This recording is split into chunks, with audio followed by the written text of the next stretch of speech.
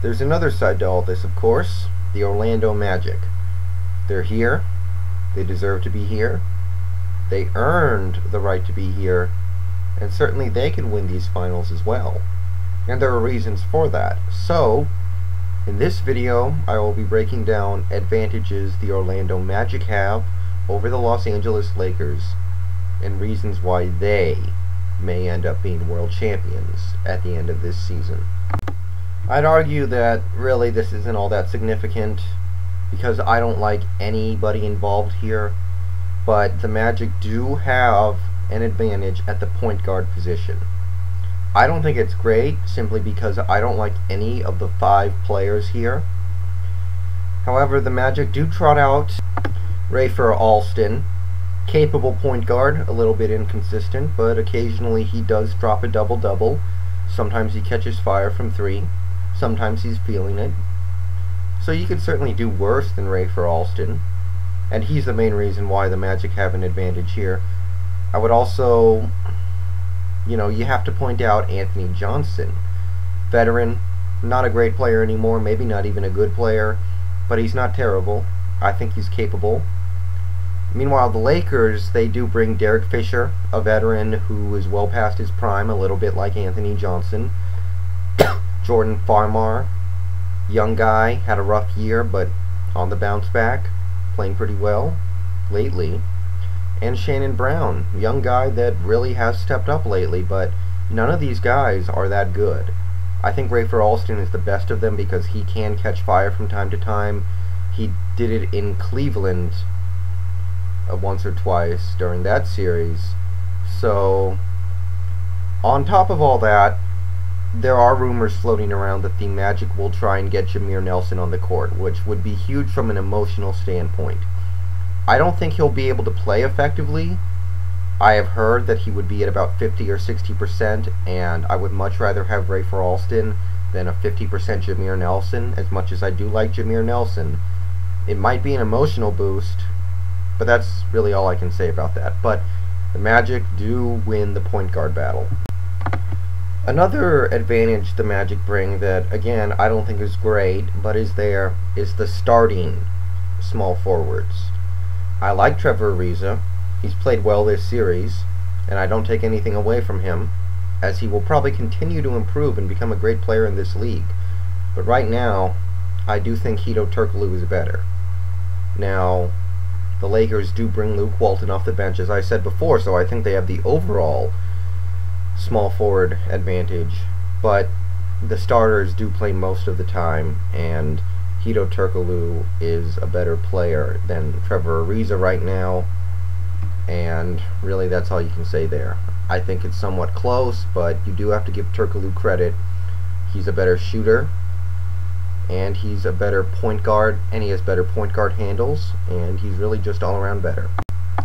If the Magic do dominate one position advantage here, it would probably have to be center. Dwight Howard. We all know his story. Like I said in a previous video, the ceiling is off on this guy.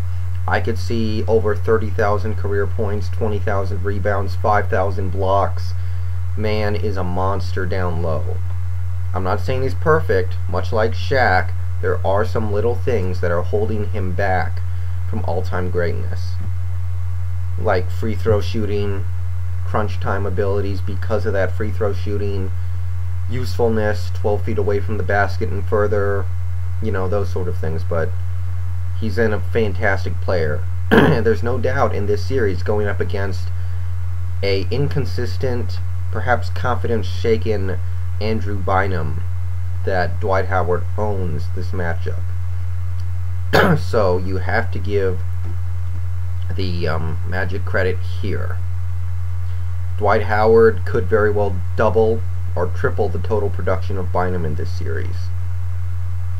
And let's not forget, the Lakers backup center will probably not play. They would sooner play Pau Gasol at center, or just not play a center at all, than play DJ Mabenga, it would seem.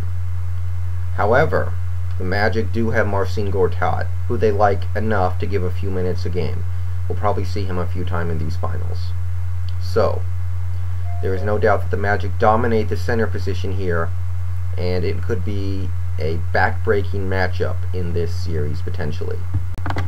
When we actually step on the field, it won't be position versus position that decides games, really.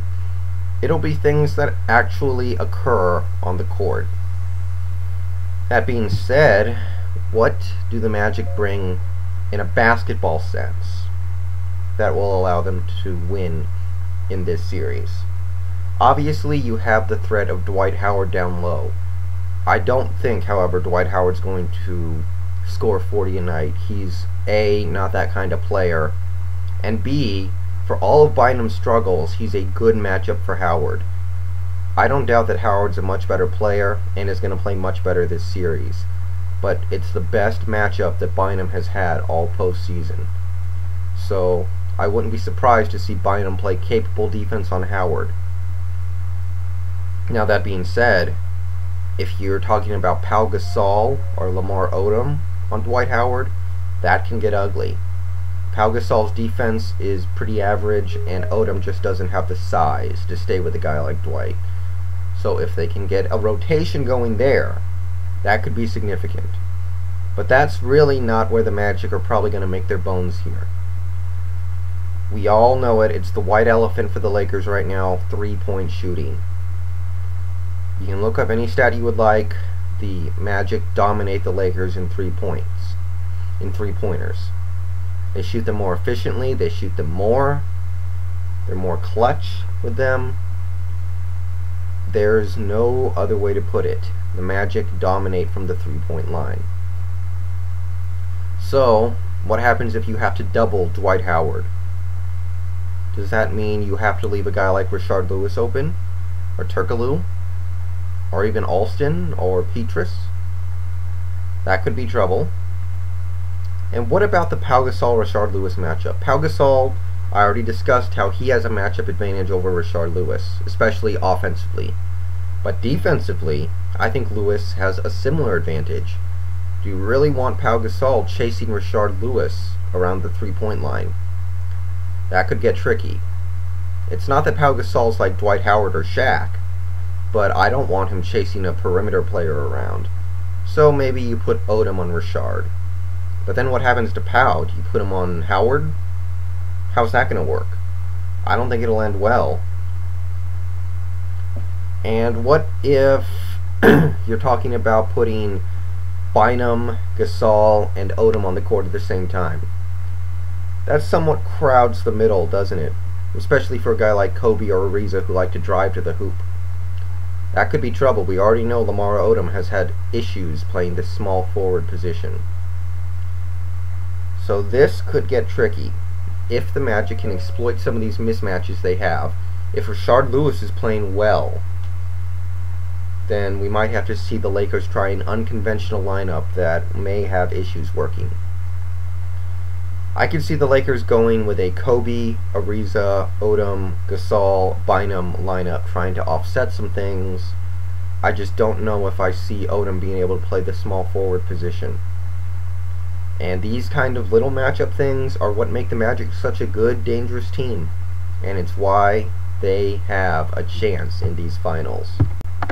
And those are the major advantages the Magic bring into these finals.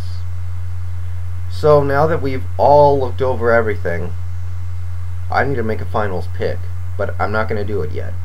I'm going to wait until Thursday.